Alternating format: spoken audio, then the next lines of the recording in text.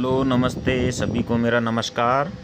आज मैं आपको छात्रवृत्ति जो कि शाला दर्पण पे ऑनलाइन होती है उसके संबंध में आपको जानकारी दूंगा। मुकेश आर्य हेल्पलाइन में आपका स्वागत है। अब देखिए, मैंने सबसे पहले तो शाला दर्पण मैंने खोल ली है।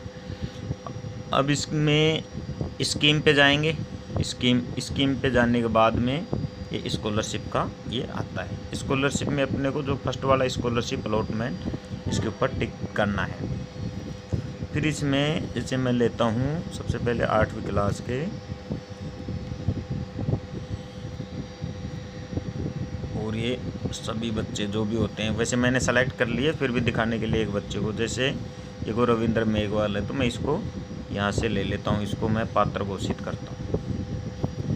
पात्र करने के बाद ये यहाँ से गायब हो जाएगा और ये जो पात्र वाली सूची है वहाँ पे चला जाएगा।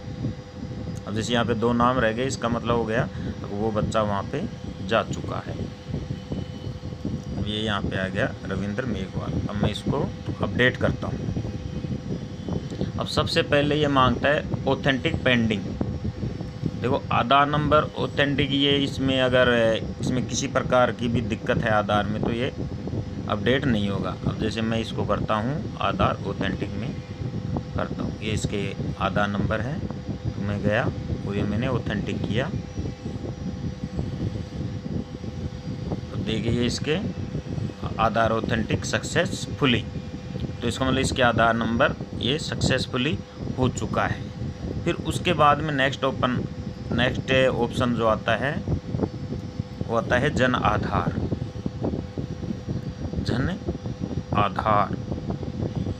तो जन आधार में क्या करेंगे, एक तो ये ऑप्शन है जैसे बच्चे की आईडी है। अब यहाँ पे जैसे ये जो आती है, जैसे मैं अगर आपको यहाँ पे सेलेक्ट करके बताऊँ, जन आधार आईडी व्यक्तिगत, विद्यार्थी व्यक्तिगत आईडी।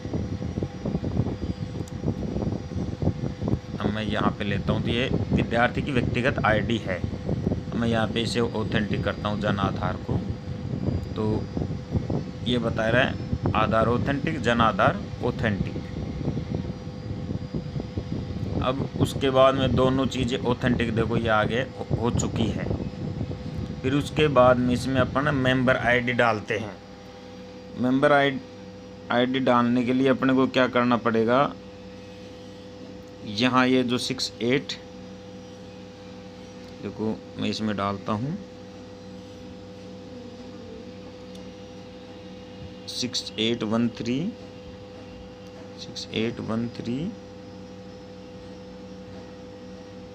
8256 703।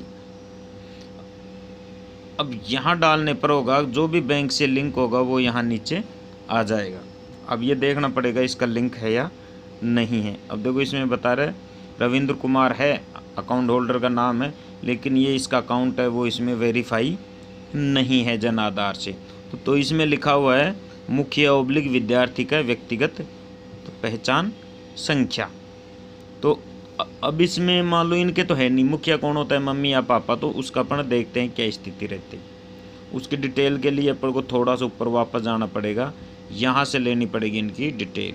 ये क्लिक टू जन आधार, ये एक और लिंक खुल जाता है। फिर इसके ऊपर अपन जो भी इसका आधार या जन आधार है वो इसका रिकॉर्ड लिए हम इस पर डालते हैं।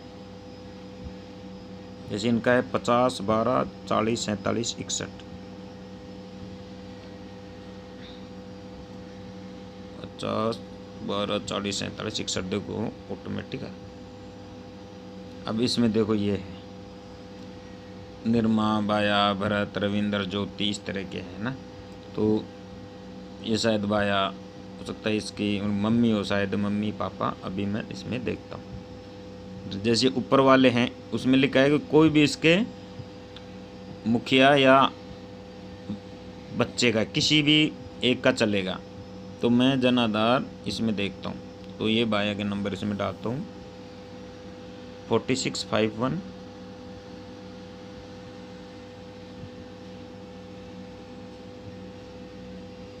46 51 27। मैं ये नंबर इस पर डालता हूँ 46 51 27 27 317, मैं ये नंबर उसमें डालता हूँ। देखिए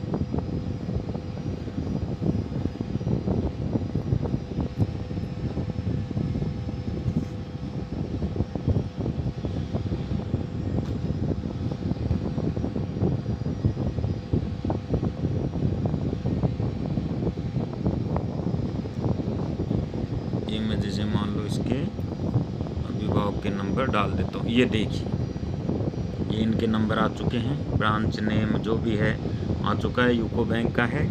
अब ये पूरी डिटेल आ चुकी है। अब इसके बाद में अपन को यहाँ से अपडेट करना पड़ेगा।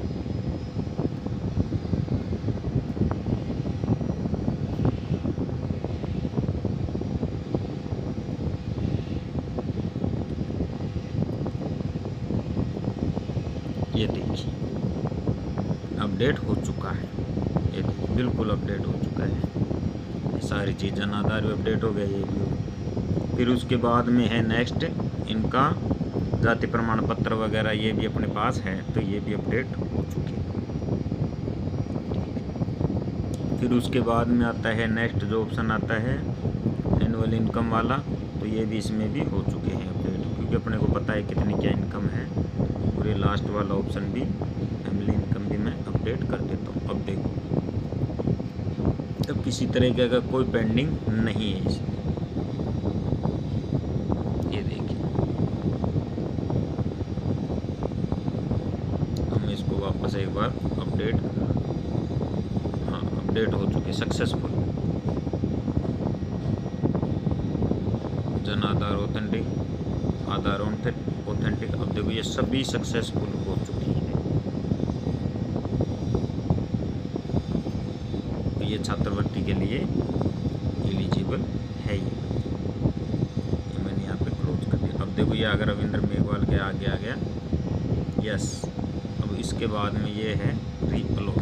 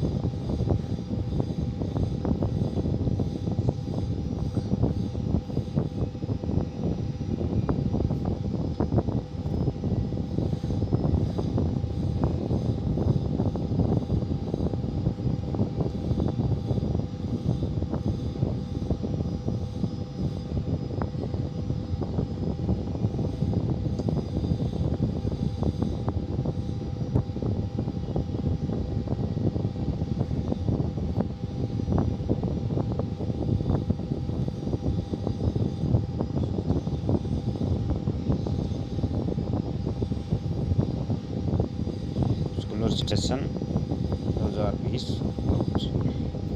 इसका मतलब हो गया कि ये बच्चा, ये देखिए बिल्कुल अब यहाँ से अपडेट से गायब हो चुका है। और ये मैं दूसरा बच्चा कर दिया, देखो यहाँ से ये गायब हो चुका है। Yes yes. और ये अपन अनुसूचित जाति में आ गया, और अपन ये इसको व्यू भी कर सकते हैं। ये देखो इस तरह से, ये देखो सक्सेसफुल आ गया सभी जगह, एकदम आधार वगैरह सब अपडेट हो चुके हैं। ये देखिए कोई किसी प्रकार की कोई समस्या नहीं है। अब इसके बाद ये हो गया, ये पूरा स्टेप हो गया व्यू स्कॉलरशिप, ये हो गई पहली स्टेप। यहाँ पे सभी को दिक्कत आती है। अब उसके बाद में अपने को एक एक बच्चे का करना है इसी तरह से। ये करने के बाद जो नेक्स्ट स्टेप आती है वो मैं आपको बताता हूँ। स्कीम के बाद में देखो वापस जाएंगे, ये इसके बाद में 2020-21 के लिए जैसे वो बच्चा हो गया सक्सेसफुल, फिर उसके बाद में ये इसका फाइनल लॉक होता है यहाँ पे। ये देखिए ये जैसे ये यहाँ पे उसका फाइनल लॉक हो जाएगा, ये इस तरह से यहाँ पर शो करने लग जाए। अब जैसे एक बच्चे का भरा है मैंने, तो वो इसमें राशि भरेंगे, जो भी नियमानुसार राशि है जो उसमें देख के, जो भी राशि है एससी की कितनी, ओबीसी की कितनी, तो वो उसमें देख के अपन जो भी ऑर्डर आए उसमें देख के फाइनल सबमिट करेंगे। फिर ये लॉक हो जाएगा, फिर उसके बाद में सूची निकल जाएगी। ये इस तरह से आपका पूरा एक प्रोसेस मैंने समझाया है। फिर भी अगर कोई आगे दिक्कत हो तो आप मेरे को कमेंट बॉक्स में डाल सकते हैं। Thank you sir.